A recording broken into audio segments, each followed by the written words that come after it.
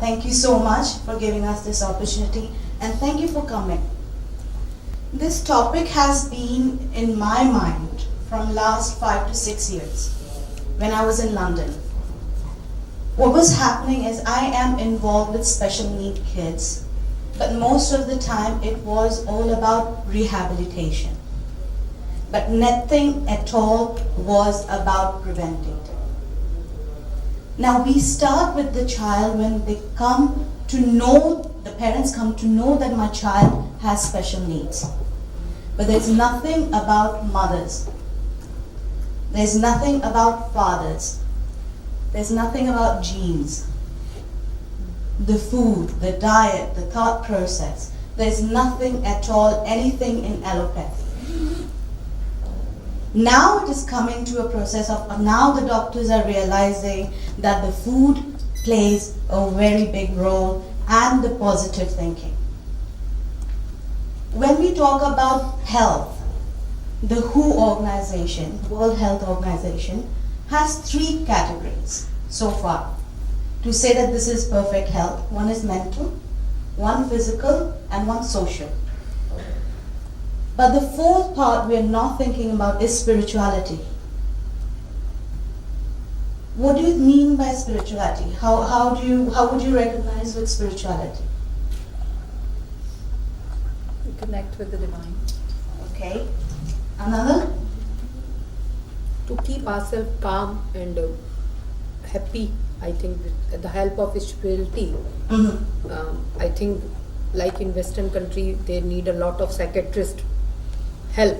Right. Because of spirituality and family, we don't, in India especially, Asian countries don't need that kind of things. Have so much, not blind faith, but faith, any kind of faith in God.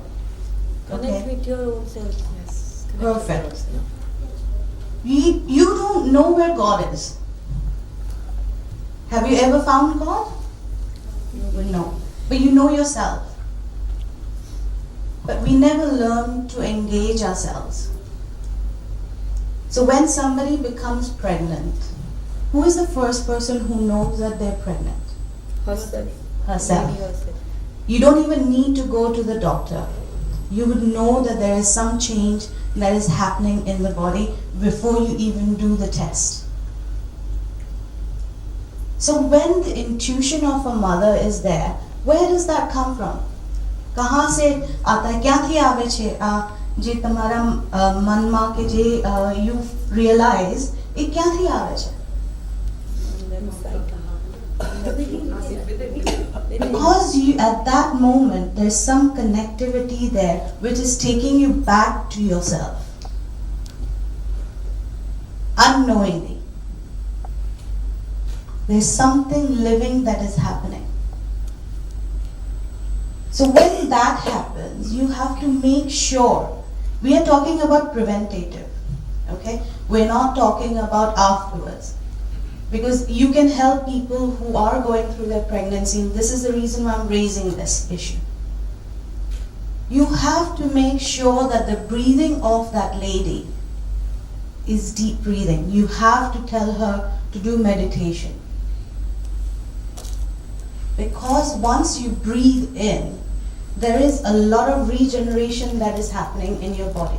A lot of toxins are removed. Whether it is your mental, physical, spiritual, anything you talk about, that toxins are removed.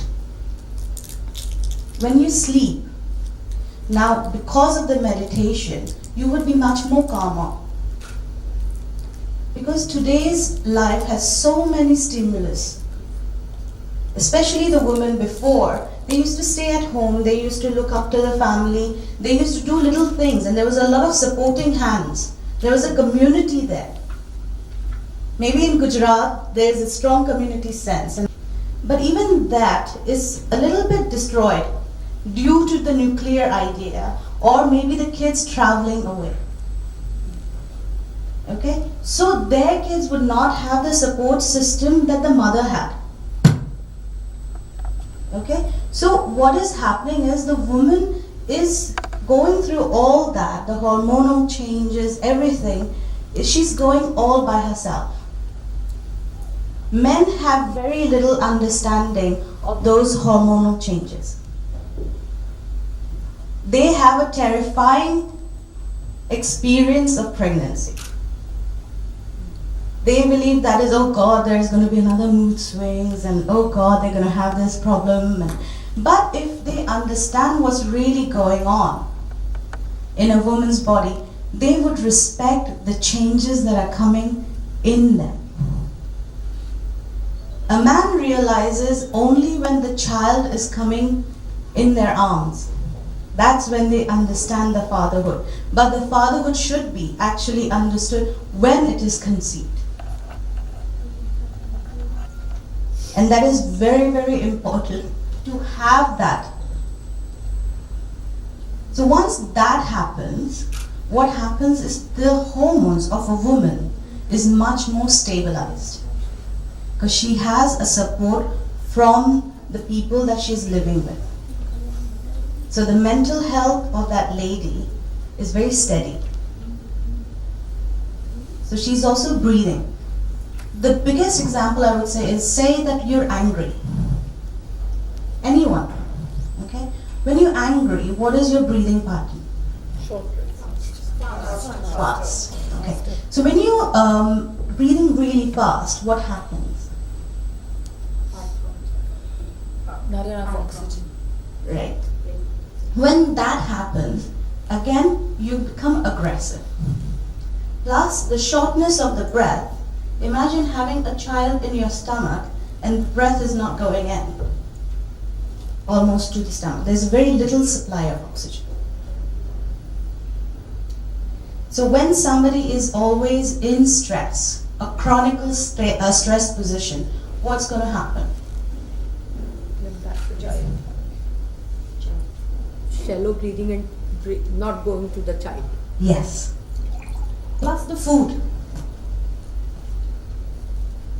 एक वस्तु होय तो हमें आपने समझी सके. But food, what about that? Are you giving the mother the food that she requires? Are we thinking about weight at that moment of time? Nowadays, I think pregnant mothers think more about weight. But that's the reason why autism CP children are increasing. 1 in 5 kids have autism, whether you know it or not. And all of them are related to neurons. All of them are related to the nervous system. So there is something that is happening wrong in the society today. What you're visualizing when you're watching TV, you're watching very aggressive things. You hardly watch anything. If you look at today's movies, you look at today's TV, you look at video games, you look at anything which is going on, everything is so much aggressive. You know, it's not even calmer for your eyes. The graphics that are taking place, it's not really good for your brain either. Somebody who's watching, obviously it's going through to what you're thinking, what you're visualizing. It is affecting the children. So when doctor was saying that we are, putting the children in front of the mobile, we're putting them in front of the TV, we're doing it very wrong, actually. Just so that you could have a little time to yourself, and I think we all require that, I'm not saying no, but you could do so many other things. You actually disconnecting from your child. If you have special need child and you put them and you do your own thing, a lot of times we do that because women have to cook, clean, look after their house or business or anything that is happening. We disconnect. We think, okay, let them sit at least for 5 minutes. I'm not going to have, a cry.